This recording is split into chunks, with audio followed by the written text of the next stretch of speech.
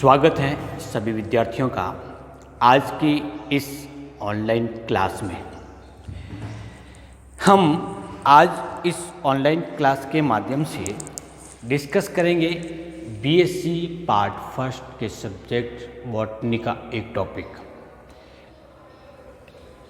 हमारा टॉपिक है economics importance of bacteria. विद्यार्थियों, ये इस टॉपिक का सेकंड पार्ट है। इससे पहले हमने इसके फर्स्ट पार्ट के बारे में डिस्कस किया था। इकोनॉमिक्स इम्पोर्टेंट में जैसा कि हमने पहले पढ़ा था कि दो प्रकार की एक्टिविटीज़ को पढ़ा जाता है, एक तो हार्मफुल होती है और यूजफुल होती है। तो इसके पहले भाग के अंतर्गत तो यूजफुल एक्टिविटीज़ के रूप में दो क्रियाओं को पढ़ा था, दो एक्टिविटीज़ को पढ़ा था। एक तो थी सॉइल फर्टिलिटी में वृद्धि, भू उर्वरकता में वृद्धि, और दूसरा था इंडस्ट्रीज यूजेज या औद्योगिक महत्व में। इसके अतिरिक्त भी कई यूजफुल एक्टिविटी और भी होती है। तो हम आज इस टॉपिक में यूजफुल एक्टिविटी की तीसरी एक्टिविटी पढ़ेंगे। कौन सी? यूजफुल एक्टिविटीज ऑफ बैक्टीरिया पढ़ रहे हैं अपन, और इसकी तीसरी एक्टिविटी, दो एक्टिविटीज हमने पहले पढ़ ली है। कौन कौन सी? एक तो है भू उर्वरकता में वृद्धि और दूसरा है औद्योगिक महत्व बैक्टीरिया का क्या होता है इसके संदर्भ में।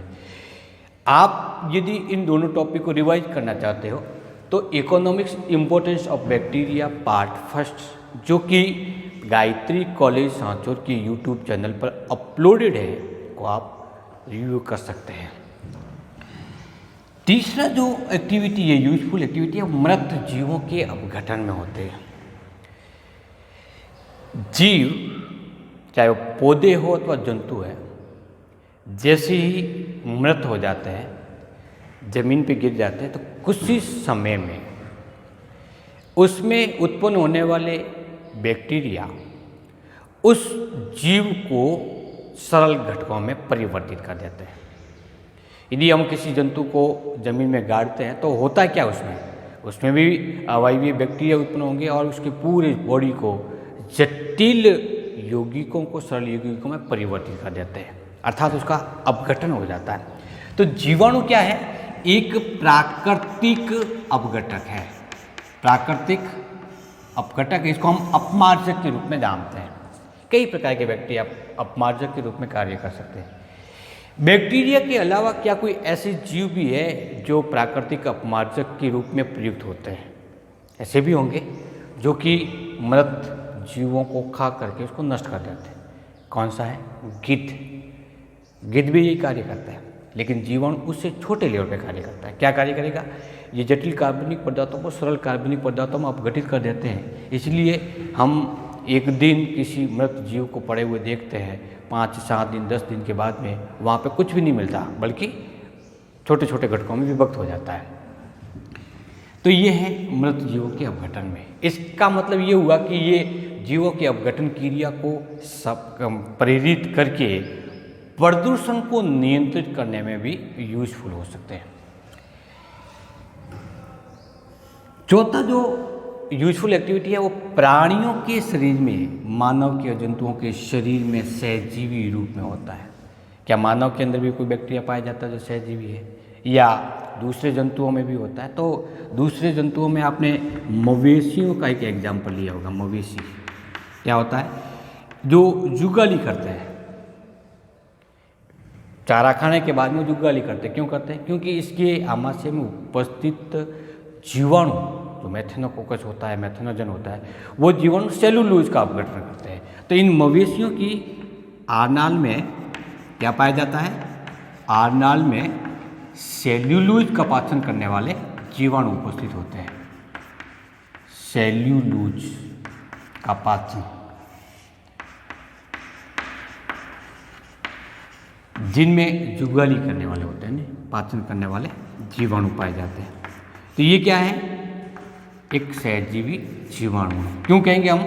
क्योंकि जीवाणु तो अपनी रासायनिक क्रिया के द्वारा सेल्यूलोज का पाचन कर रहा है, और इसके बदले में जीवाणु को आरनाल के रूप में पोषण प्राप्त हो जाता है और आवास मिल जाता है।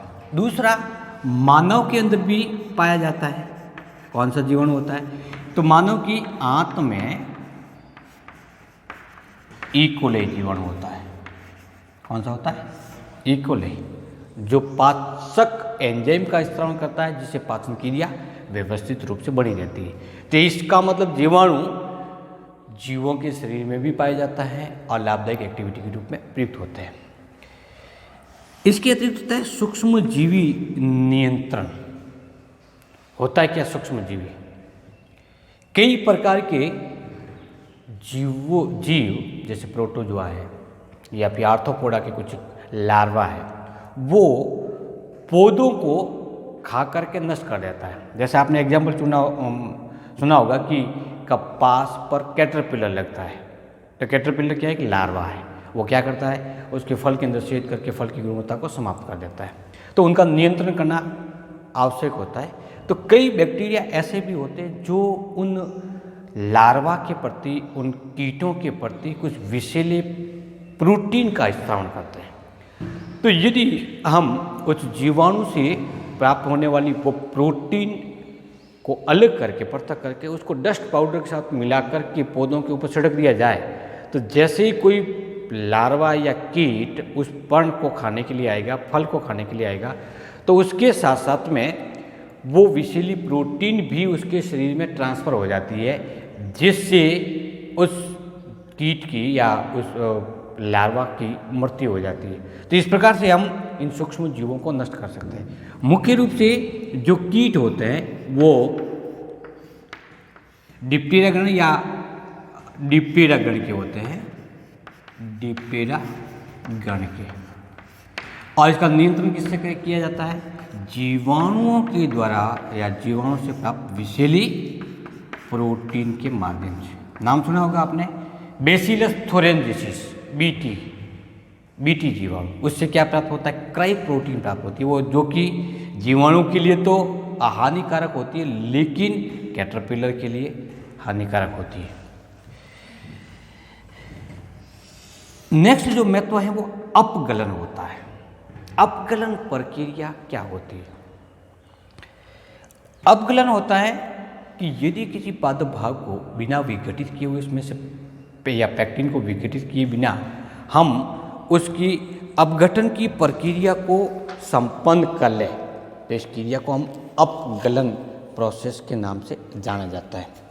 इसमें विघटन नहीं करना है, लेकिन पैक्टिन का नियंत्रण करना है, जिसके फलस्वरूप उस पादप भाग में जितने भी तंतु पाए जाते हैं, जैसे ये एक लंबा भाग पर्ण है,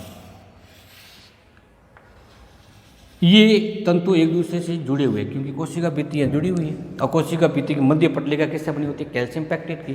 तो हमें विघटन किसका करना है? पैक्टिन का विघटन करना है, बाकी इन तंतुओं का विघटन नहीं करना है।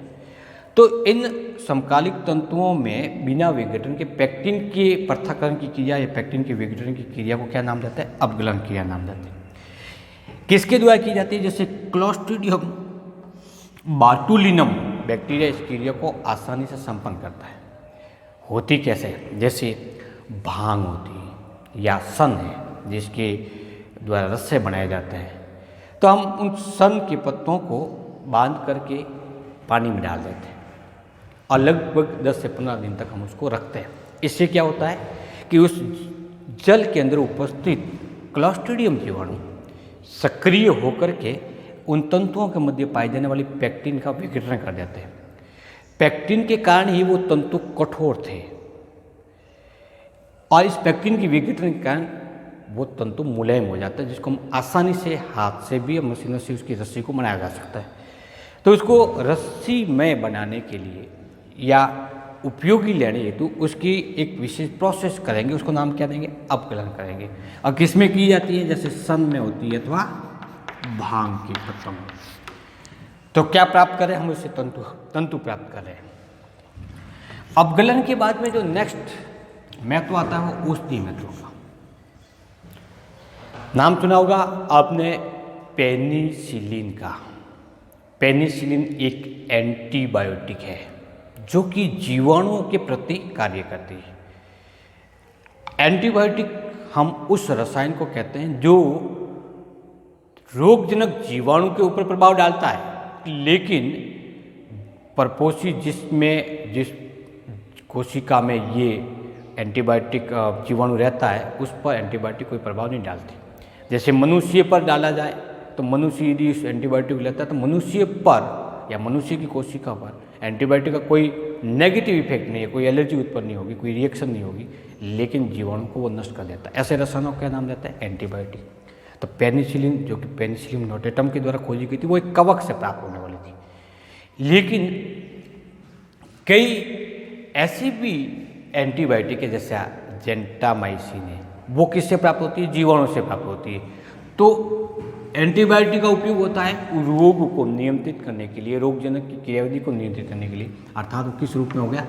औषधि महत्व के रूप में हो गया, एंटीबायोटिक के रूप में। नेक्स्ट जो महत्व है पेट्रोलियम हाइड्रोकार्बन का अपघटन। Petroleum hydrocarbon petrol, diesel, kerosene इत्यादि प्रकार का पेट्रोलियम हाइड्रोकार्बन कहलाता है। होता क्या है कि कई बार किसी टैंक के लीकेज होने से अथवा जहाज के समुद्र में डूबने से जल की पूरी सतह पर वो पेट्रोलियम हाइड्रोकार्बन फैल जाता है। जैसे कोई जहाज किसी देश से पेट्रोल लेके आ रहा है, डीजल लेके आ रहा है, तो वो भरा हुआ होगा, टैंक भरे हुए होंगे, और अचानक वो जहाज डूब जाए या टैंक लीक हो जाए तो पूरा का पूरा हाइड्रोकार्बनिक पदार्थ कहाँ पे फैल जाएगा? समुद्र की सतह पर फैल जाएगा। समुद्र की सतह पर अथवा जल की सतह पर इस हाइड्रोकार्बन के फैलने के कारण जलीय जीव मरना प्रारंभ हो जाता है, जिसके फलस्वरूप मैराइन इकोसिस्टम है पूर्ण रूप से प्रभावित हो जाता है। तो इससे जितने लाभदायक जीव थे जैसे मछलियाँ थी वो मरना प्रारंभ हो गई। इसलिए क्या करना पड़ेगा? उस पेट्रोल की, उस डीजल की या पेट्रोलियम हाइड्रोकार्बन की लेयर को हटाना पड़ेगा। और हटाने के लिए क्योंकि समुद्र की सतह पर बहुत बड़े क्षेत्रफल में फैल जाता है, इसलिए बहुत बड़ा कार्य हो जाता है जो कि लंबा समय लगता है। लेकिन स्यूडोमोनास वंश के जितने बैक्टीरिया हैं वो आसानी से इस कार्य को संपन्न करते हैं। स्यूडोमोनास प्यूटिडा जो कि एक बैक्टीरिया है, क्या कार्य करता है? जैसे हम उसकी कुछ मात्रा को समुद्र में डाल देते हैं, तीव्र प्रभाव से वृद्धि करते हुए समुद्र की सतह पर फैल जाएंगे और जितना पेट्रोलियम हाइड्रोकार्बन फैला हुआ है उसका पूर्ण रूप से अपघटन कर देता है। तो जो हम मशीनों से कार्य करेंगे वो लंबा समय लगेगा, लेकिन बैक्टीरिया के माध्यम से वो कम समय में और तीव्रता से कंप्लीट हो जाता है, जिसके फलस्वरूप अपघटित हो जाने के कारण समुद्र की लेयर मुक्त हो जाती है। आसानी से वायु का आगमन निगमन, गैस एक्सचेंज होने के कारण जलीय जीव जीवित रह सकते हैं। नेक्स्ट जो महत्व है वो वाहित समापन। वाहित मल क्या होता है? जैसे घरों से निकला हुआ जितना अपशिष्ट पानी होता है, पदार्थ होता है, वो वाहित मल कहलाता है।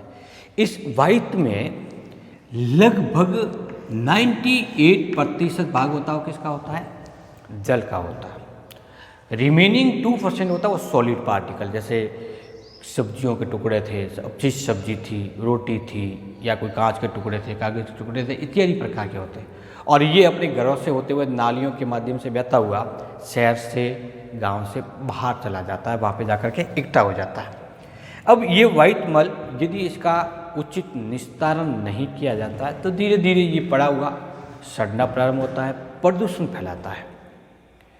इसलिए क्या करते हैं? जीवाणु के माध्यम से इसमें जितने अपघटित होने वाले घटक हैं, जैसे कार्बनिक पदार्थ है, तो उसको हम क्या करते हैं? अपघटित कर देते हैं। फलस्वरूप वाइट मल से इम्प्योरिटीज कम हो जाती है, उसके प्रदूषण करने वाले कारक होते हैं वो कम हो जाते हैं।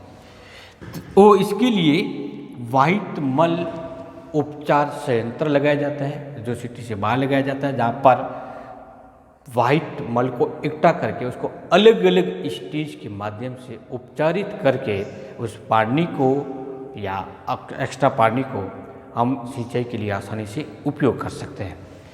इस वाइट मल का समापन करने के लिए कॉलीफॉर्म और स्ट्रेप्टोकोकाई जैसे जीवाणुओं का उपयोग किया जाता है। तो थोड़े से जीवाणु का समूह, जिसको जीवाणुज कहते हैं, इनोवेशन कहते हैं, उसको हम उस पानी के अंदर डाल देते हैं। ये आसानी से ग्रो करके अपघटन की प्रक्रिया को प्रारंभ कर देते हैं। यूजफुल एक्टिविटीज का लास्ट जो एक्टिविटी है वो है जैव प्रौद्योगिकी में। बायोटेक्नोलॉजी में बैक्टीरिया का क्या यूज होता है। तो बैक्टीरिया का सबसे बड़ा यूज जैव प्रौद्योगिकी में हो रहा है। जितनी भी प्रकार की सिंगल सेल प्रोटीन निर्मित करते हैं वो बैक्टीरिया के माध्यम से कर रहे हैं। मानव इंसुलिन उत्पन्न की जा रही है किसके माध्यम से? ई कोलाई बैक्टीरिया में। क्या किया जाता है? मानव इंसुलिन निर्मित करने वाली जीन को बैक्टीरिया में ट्रांसफर कर दिया जाता है। तो बैक्टीरिया क्या करेगा? इसकी पॉलीपेप्टाइड बनाएगा, उन दोनों पॉलीपेप्टाइड को आपस में जोड़ देंगे तो वो इंसुलिन के रूप में कार्य करेगी। लेकिन हमने प्राप्त किससे किया है? प्राप्त किया है बैक्टीरिया से, इसीलिए इसको या तो मानव इंसुलिन देंगे अथवा ह्यूमुलिन नाम देते हैं। तो चूंकि बैक्टीरिया कम समय में फास्ट ग्रो करता है, इसीलिए इंसुलिन की उत्पादन भी बहुत तीव्र गति से हो सकता है। इसके अतिरिक्त मानव हार्मोन सोमेटोस्टेटिन का उपयोग उत्पादन भी हम किसके माध्यम से कर सकते हैं? ई कोलाई बैक्टीरिया से। ई कोलाई बैक्टीरिया में इन पदार्थों को निर्मित करने वाले जीन को ट्रांसफर करते हैं।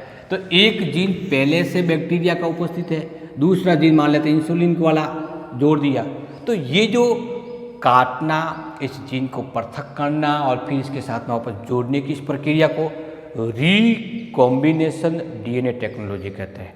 तो बायोटेक्नोलॉजी में रिकॉम्बिनेशन डीएनए टेक्नोलॉजी के माध्यम से हम ऐसे कई उत्पादों को निर्मित कर सकते हैं जिनकी आवश्यकता अधिक होती है, लेकिन इनका उत्पादन उस लेवल तक नहीं होता जिनकी हमें आवश्यकता होती है।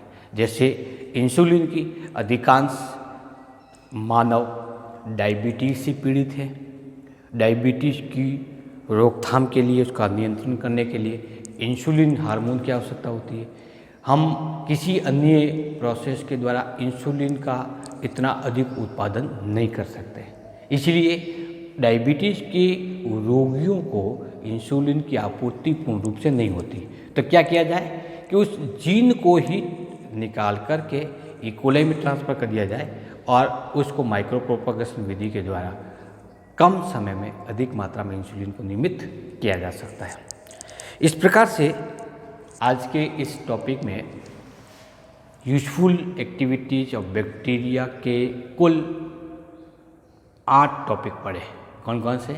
मृत जीवों का अपघटन, प्राणियों के शरीर में सहजीवी रूप में, इन सूक्ष्म जीवों का नियंत्रण करने में, अपगलन प्रक्रिया में, औषधि महत्वों में, पेट्रोलियम हाइड्रोकार्बन के अपघटन में, वायुमल का समापन में और जैव प्रौद्योगिकी में जीवाणुओं का महत्व। इसी के साथ इकोनॉमिक्स इंपॉर्टेंस ऑफ बैक्टीरिया के पार्ट फर्स्ट और सेकंड के माध्यम से हमने यूजफुल एक्टिविटीज़ के बारे में डिस्कस किया है। नेक्स्ट क्लास में अर्थात इकोनॉमिक्स इंपॉर्टेंस ऑफ बैक्टीरिया के थर्ड पार्ट में हम बैक्टीरिया की उन एक्टिविटीज़ के बारे में डिस्कस करेंगे जो कि मानव के लिए, प्राणियों के लिए, सजीवों के लिए हानिकारक होती है। अर्थात हम पढ़ेंगे harmful activities of bacteria. Thank you.